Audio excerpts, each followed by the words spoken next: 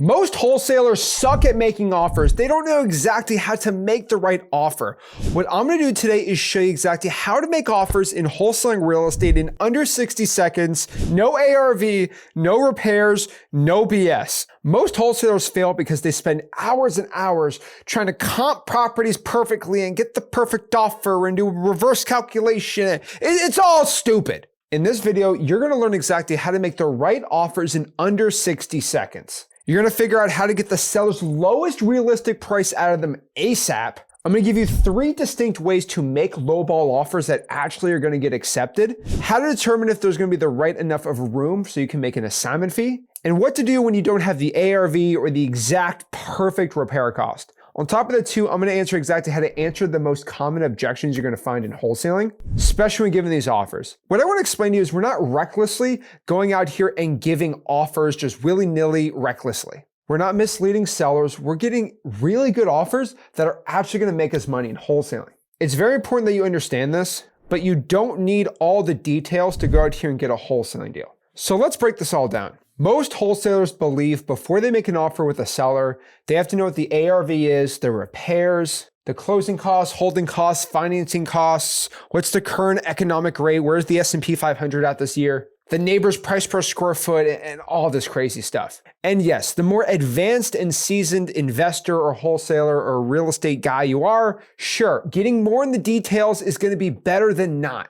But for beginners, it actually turns to be a curse and kind of a crutch because you start wasting and procrastinating your time, and then you're spending hours and hours into figuring out what the perfect price on the deal is. But the truth is, in all honesty, what is a piece of real estate worth at the end of the day? It's what somebody else is willing to pay for it. And no amount of ChatGPTing or perfect comping is going to eliminate that fact. Yeah, the comps show this might be what the ARV is, but if there's termites in the house, that throws off your repair cost estimate. Because when you give a price to a cash buyer, they're not gonna look at your comp and say, yeah, actually, you add the 4. No, they're just gonna say, that price doesn't work, I need to be at this price. Because it's bartering. For example, if I ask you, how much is this pen worth? Well, if I go to a random guy that needs a pen right now to sign $1 million deal and he doesn't have a pen, he'll pay me like 15 bucks for this. If I go to a random guy off the street, he might give me 10 cents for the pen. Or some people who have lots of pens might not give me anything.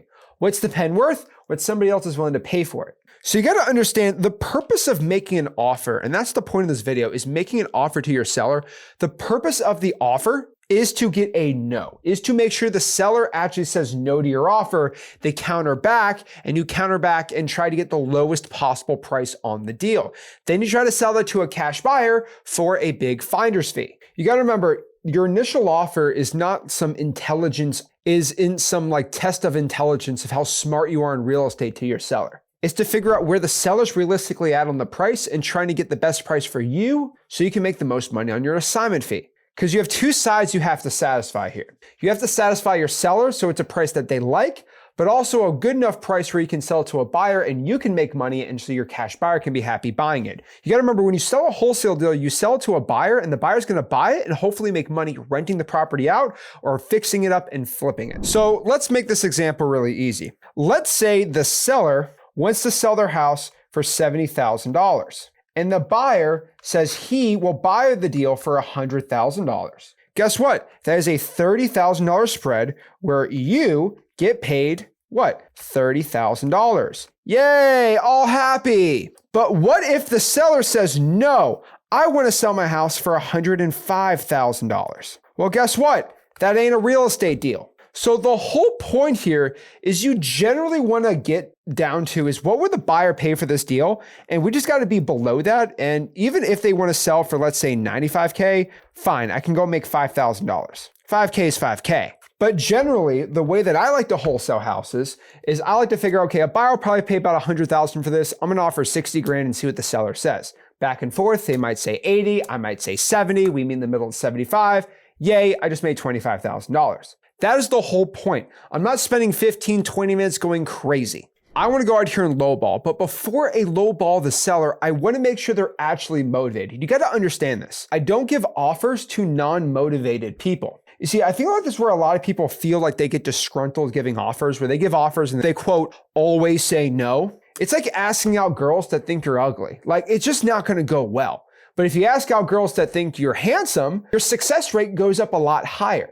So you should qualify people before you ask them out. Do they think you're good looking or not? I don't know. But I see a lot of people get so upset about wholesaling because they'll go out here and make offers to people that don't want to sell. There's no motivation. There's no reason why they want to get rid of it. And they should honestly just go with the realtor and they're just looking for a general offer just to see where you would offer on the property. So what I'm saying is you need to find motivation before an offer. So before an offer should even go out there, you need to go out here and find the motivation because once you give the offer, you can't ungive it back. It's a whole process because they're either going to use the offer against you or they're going to ghost you or they'll accept it and then you're stuck. You want to figure out a motivation. Why are they looking to sell the property? You also might need to build some rapport. What questions can you ask a seller to go out here and get the best price from them or just build some rapport? You're going to find that the seller's price might be $95,000, but you'll find if you can build rapport and the seller can trust you, that $95,000 price could actually turn into $80,000. You see, this is the thing about wholesaling real estate not a lot of people understand. The seller might want to sell for 95 if you don't build rapport, but if you build a relationship and you make them laugh and you make them sing and all these great things, you meet them and they trust you and generally know you're a legit person, their price is going to melt down. The other analogy I can give, maybe I'm giving bad analogies, but maybe this person thinks you're not the best looking dude, but guess what? You're so funny and charismatic, they might want to go out with you. There are any buddies like that? It happens all the time. They built the rapport. Same exact thing with you. You might not have the most attractive offer, but if you're a good rapport, they might accept it and they'll make you more money wholesaling. Hopefully I don't get canceled for that one. But it's important to know why they want to sell the property. Build some rapport because once you give the offer, you're more likely to get it accepted. And these are the things you should be focusing on versus just what's the calculation perfectly on the house. And when it comes time to actually giving the offer, you're going to do well. Now, what I like to do is before I even do some calculations, I just want to figure out within 60 seconds, roughly, what is an ARV? What are 3-1s, 3-2s doing in the area? I like to go out here and find an instant AI comp. Those are really easy to do. You can even ask AI to do it for you. So you have 3 choices when you're looking at a property. You can figure out ARV on Zillow. So where are they looking? Roughly, what are the comparables for 60 seconds? If I have a 4-bedroom, 1-bath, 1,200 square foot, what are the 1,200 square foot properties are roughly selling for? You can use instant AI. So I'd use a software like xleads.com. I'd go inside of xleads. Let's choose our property, for example, here. And let's say it's this house. So right here, you're going to generate a property assessment on the shadow AI strategy. And xLeads AI is going to tell you based on their pairs, this is where your MAO is going to be. Guys, the AI comping on xLeads, you need a Pro or X plan. Just makes your life so much easier. But if you want to go comp it with xLeads or use Zillow or something, you can just press comps too and roughly figure out, so this property is a 2-2. See what other 2-2s are selling for in the area. 206, 210, okay, roughly 200, minus out your repairs. Figure out 75, 80 on that and make a rough MAO in 60 seconds. Guys, you don't have to be perfect. And there's lowball the crap under that and you're going to be fine. I prefer you just use the AI comping inside of xLeads, median repair, boom, 144. I want to be under that, done. Now you can also ask ChatGPT. So you can copy this address right here, go to ChatGPT and paste the address and say, what is my MAO for wholesaling on this deal? And it's not going to be perfect, but it's going to be not awful. And right there comes the MAO 115. I've honestly found that within ChatGPT, they're just very conservative. So their MAO is usually going to be 20 to 30K below what the actual MAO is.